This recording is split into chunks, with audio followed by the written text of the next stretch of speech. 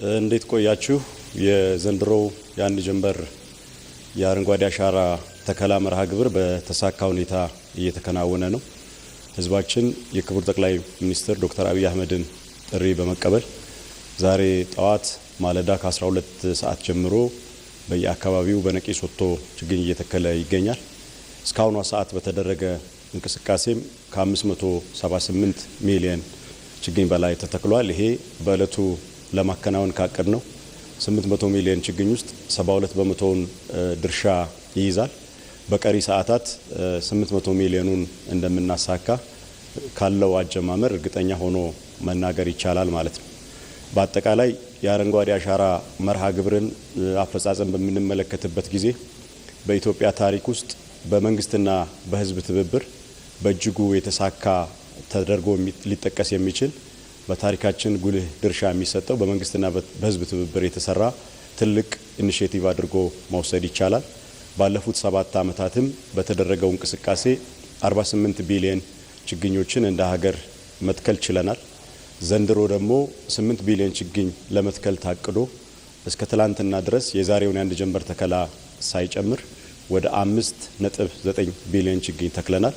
እስካሁን በአጠቃላይ በአረንጓዴ አሻራ መርሃ ግብር ወደ 53.9 ቢሊዮን ችግኝ ኢትዮጵያ መትከል ችላለች ማለት ነው። ይሄ ለአየር ንብረት ለውጥ የማይበገር ኢኮኖሚን ከመገንባት አኳያ በተጨባጭ ከተወሰዱ የተግባር እንቅስቃሴዎች ውስጥ በዓለም በግንባር ቀደምትነት የሚጠቀስ ትልቅ ተግባር መሆኑን ማንሳት ያስፈልጋል።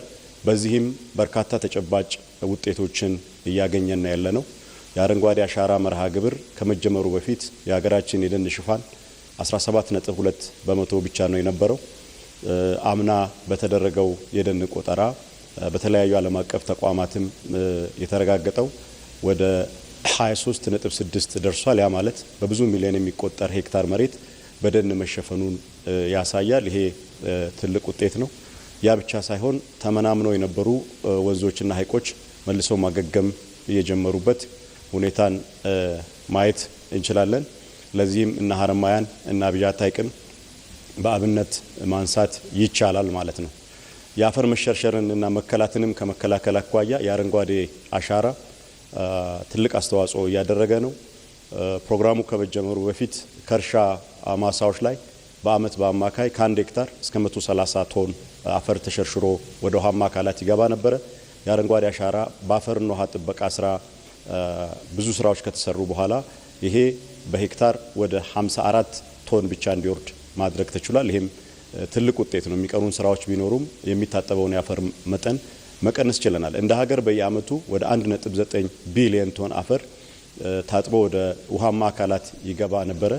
ይሄ በተሰራው ትልቅ ስራ ወደ 208 ሚሊዮን ቶን ማውረድ ተችሏል። ይሄ ትልቅ ትርጉም አለው። ትላልቅ ፕሮጀክቶቻችንን የመስኖ ግድቦቻችንን የሃይድሮ ኤሌክትሪክ ማመንጫ ታላቁን የህዳሴ ግድብ ጨምሮ እድሜውን የሚያራዝም የፕሮጀክቶቹን ውጤታማነት የሚያጠናክር በትልቅ ውጤት ሊገለጽ የሚችል ጉዳይ መሆኑን ማንሳት ይቻላል።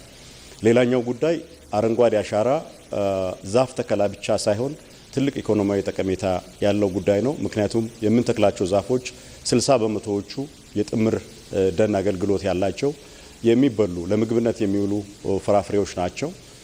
በዚህም ሂደት የምግብ ዋስትናችንን ለማረጋገጥ ፕሮግራሙ ትልቅ አስተዋጽኦ እያደረገ ነው ያለው።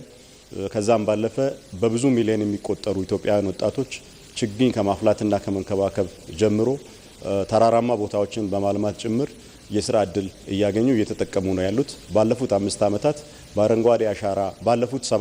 በአረንጓዴ አሻራ መርሃ ግብር ወደ 2.5 ሚሊዮን የሚሆኑ ወጣቶች የስራ እድል ያገኙበትን ሁኔታ ከኢኮኖሚያዊ ጠቀሜታው አንጻር ማየት ይቻላል። ከዛም ባለፈ የሀገራችን የኤክስፖርት ንግድ ላይም ተጨባጭ ለውጦች ማየት ይቻላል። የሀገራችን የቡና ኤክስፖርት ሁላችሁም እንደምታስታውሱት የዛሬ 7 ዓመት ከ700 ሚሊዮን ዶላር ብዙም የዘለለ አልነበረም። በአረንጓዴ አሻራ በተደረገው እንቅስቃሴ በቢሊዮኖች የሚቆጠሩ የቡና ዛፎች በመትከላችን የቡና ምርትና ምርታማነታችን በእጅጉ አድጓል። በቡና የተሸፈነው የመሬት መጠን 1.5 ሚሊዮን ሄክታር አካባቢ ደርሷል።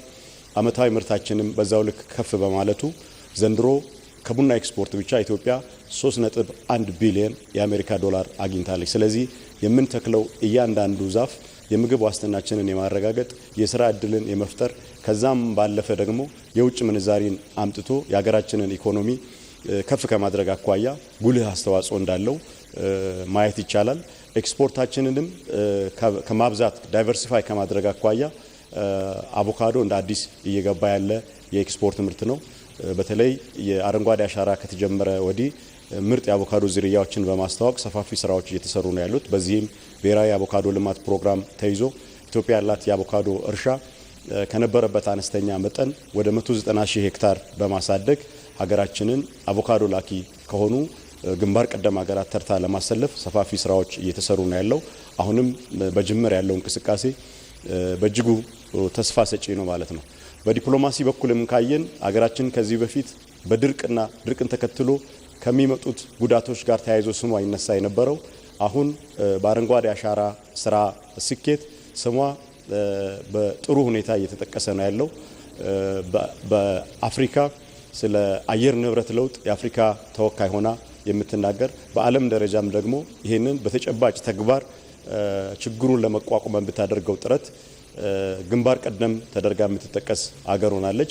በዚህም ረገድ ትላልቅ ዓለም አቀፋዊ መድረኮችን እንድታዘጋጅ እድል ያገኘችበት ሁለተኛውን የአፍሪካ ክላይሜት ሰሚት ስኬታማ በሆነ መልኩ ያጠናቀቀችበት የዓለም የአየር ንብረትና የአካባቢ ጉዳዮችን የሚመለከተው የኮፕ 32 ስብሰባን እንድታዘጋጅ ኮንፈረንስ እንድታዘጋጅ የተመረጠችበት ሁኔታ ነው ያለው። ይሄ በጣም ለሀገራችን ትልቅ እድል ነው።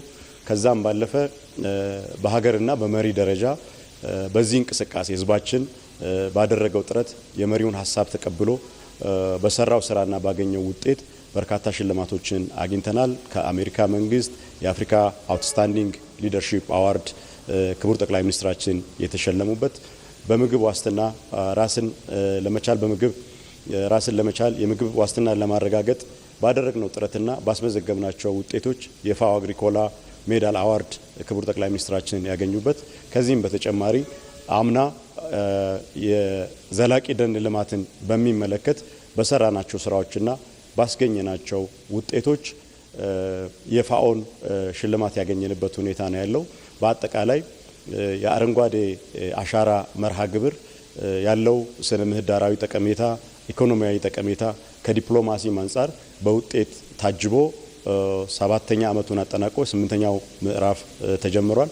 ዛሬም ያን ጀንበር ተከላው ህዝቡ የመሪውን ጥሪ ተቀብሎ በነቂስ ወጥቶ ከሌሊቱ 12 ሰዓት ጀምሮ በሰፊው ተከላው ላይ እየተሳተፈ ነው ያለው። የዛሬ ግባችን በአንድ ጀንበር 800 ሚሊዮን ችግኞችን መትከል ነው። ስለዚህ አሁን ቁጥሩን ለመድረስ የተወሰነ ነው የሚቀረን። በቀረን ጊዜ ተረባርበን ተከላውን እናጠናቅ የሚለውን ሀሳብ ለመስጠት ነው። አመሰግናለሁ።